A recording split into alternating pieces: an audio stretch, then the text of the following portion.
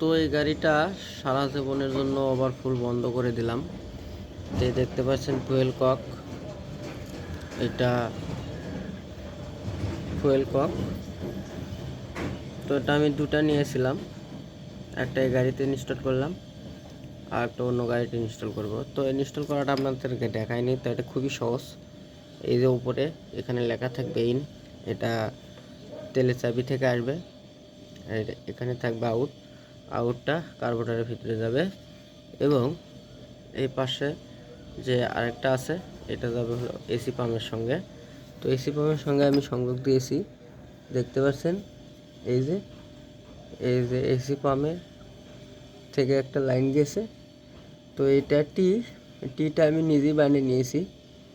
তো এটা স্টিল দিয়ে একটা শিট গোল করে রাউন্ড করে আমি ওখানে ঝালাই করে নিয়েছি, ওটা আমি নিজেই বানাইছি। তো এই হলো, খুবই সোজা। তো গাড়ি যখন স্টার্ট দিব তখন কিন্তু তেল আসবে, এছাড়া তেল আসবে না। গাড়ি স্টার্ট বন্ধ, তেল বন্ধ। তো আর ওভারফুল আর হবে কি করে।